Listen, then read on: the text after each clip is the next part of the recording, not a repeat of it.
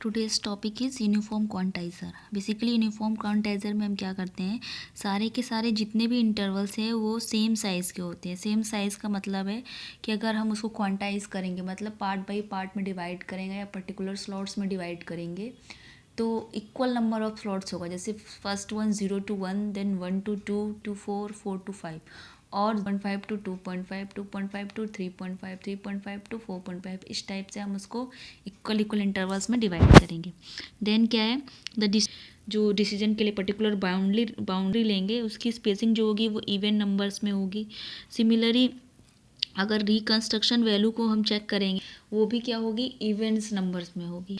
और at last the constant spacing is step size and denoted by delta, मतलब input और output, corresponding input और output के, तो वो जो स्पेसिंग है उस स्पेसिंग को हम बोलते हैं स्टेप साइज, और इसको डिनोट करते हैं डेल्टा से, where the value of delta is two important and the quantizer, and the second one is the first one is mid-rise quantizer, second one is mid-read quantizer. Except possibly the rightmost and leftmost interval along x-axis are uniformly spaced. मतलब जो spacing हम करते हैं और जो step size की हम बात कर रहे थे, उसमें क्या है, यूनिफॉर्मली, मतलब होगा कांस्टेंट, होगा इक्वल होगा। Except possibly the outer interval, the reconstruction level of the quantizer are uniformly spaced. Similarly, outer का level होगा वो uniformed होगा।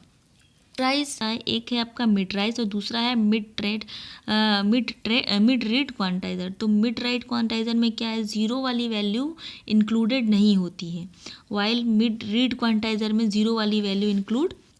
अब देखते हैं मिड राइज क्वांटाइजर क्या है। सपोज ये हमारा मिड राइज क्वांटाइजर है, तो इसमें क्या है, the reconstruction level do not include value zero, मतलब जो रिकंस्ट्रक्शन लेवल है हमारा, जो वैल्यू को हम कंस्ट्रक्ट कर रहे हैं उसके लिए हम जो ज़ीरो वाली वैल्यू उसको इंक्लूड नहीं करेंगे।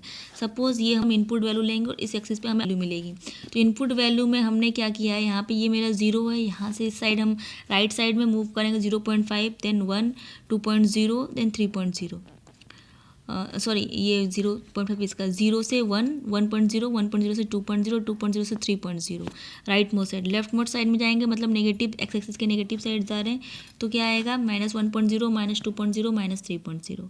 उस तरीके से अगर हम वाई एक्सिस के केस में देखेंगे तो 0 से 0.5, देन 5, और हम बिलो साइड देखेंगे तो -0.5, -1.5, -2.5 और -3.5।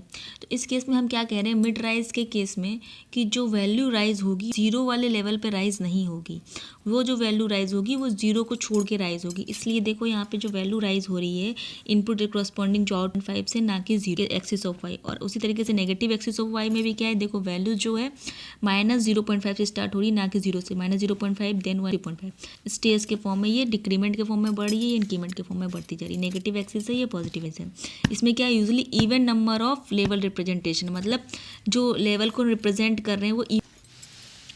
उसी तरीके से मिड रीड क्वांटाइजर में क्या होगा, मिड रीड में has zero as one of the output level, मतलब एक वैल्यू इसकी जो होगी वो हम आउटपुट में ज़ीरो वैल्यू पे कंसिडर कर लेंगे। फॉर ऑड नंबर होगा वो मिड राइज में क्या था, इवन था। और यहाँ कैसे होगा देखते हैं। तो जैसे ये मेरी वाई एक्सिस है, तो एक्स एक्सिस पे हमने वैल्यू ज़ीरो ड्रॉ की है, 0.5, 1.5 और 3.5, ये साइड में right most side of x axis, और वो इनपुट वैल्यू है। और ये क्या है, -0.5, -1.5, -2.5 और -3.5।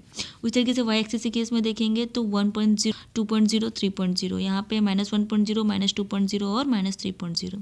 तो इस केस में जो वैल्यू लेंगे वो हम ज़ीरो वाले एक्सिस पे लेंगे, मतलब हमारी वैल्यू स्टार्ट होगी यहाँ से, यहाँ पे वैल्यू है वहाँ पे स्टार्ट होगी, तो 0.5 से 1 से फिर 2 फिर 3, -0.5, -1.5, -2.5 और -3.5। तो मिड रेट के केस में क्या है, यूजली रिकंस्ट्रक्शन वैल्यू जो होगी वो ऑड होगी, प्लस ज़ीरो कंसिडर करेंगे। जबकि मिड राइज के केस में क्या होगा, हमने रिकंस्ट्रक्शन की वैल्यू के लिए और रिप्रेजेंट करने के लिए इवन वैल्यू ली है, प्लस ज़ीरो को हमने कंसिडर नहीं किया। अगर हम ज़ीरो कंसिडर कर लेंगे तो वो मिड रीड हो जाएगी, ना कि मिड राइज होगी, इसलिए हम ज़ीरो को छोड़ देते हैं। और जब भी ज़ीरो वाली वैल्यू कंसिडर करेंगे तो वो वैल्यू हमारी होगी आउटपुट वैल्यू पे, और जब भी हम मिड रीड की बात करेंगे तो वो वैल्यू मेरी जो आउटपुट वैल्यू होगी वो मेरी इनपुट वाली वैल्यू पे ड्रॉ हो जाएगी, और positive axis plus negative axis both side में वो ड्रॉ हो जाएगी।